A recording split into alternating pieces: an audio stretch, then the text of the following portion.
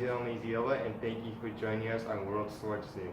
Breaking news in the realm of sport and exercise nutrition, the British Journal of Nutrition is conducting a study on metabolism and performance during extended high-intensity intermittent exercise after consumption of low and high glycemic meals before you exercise. So in other words, they are testing what you should be eating before exercising for optimal performance. Yes, and Kenneth Rosales has the latest on this study in the field. Take it away, Kenneth.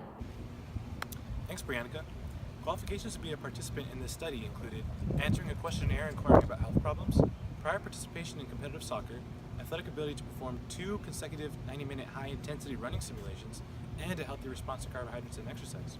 Here comes Dr. Bennett, who can give us an inside look on the experiment. How's it going? Hi, Dr. Bennett.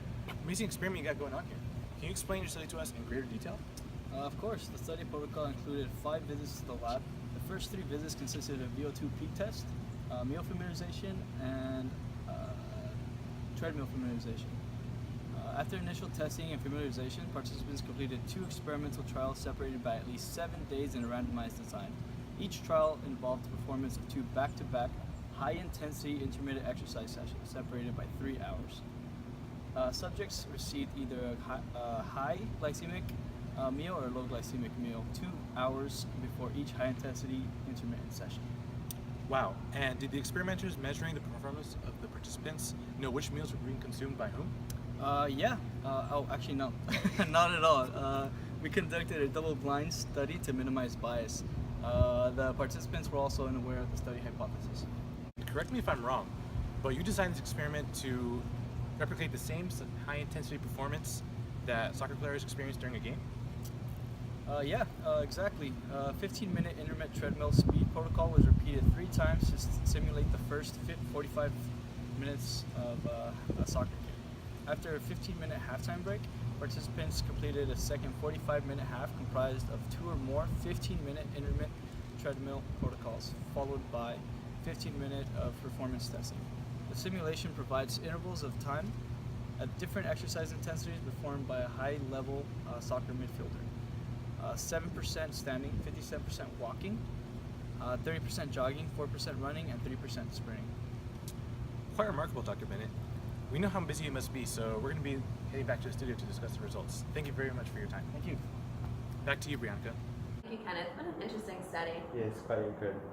The experimenters found that the baseline blood glucose was not different at the start of the low GI and high GI trials, but post-analysis showed the blood glucose was significantly higher in the high GI trial compared with the low GI trial during the postprandial period at 30, 60, and 90 minutes. Also, baseline blood lactate did not vary between treatments, but blood lactate was higher near the end of the second high-intensity intermittent exercise before the second set of sprints.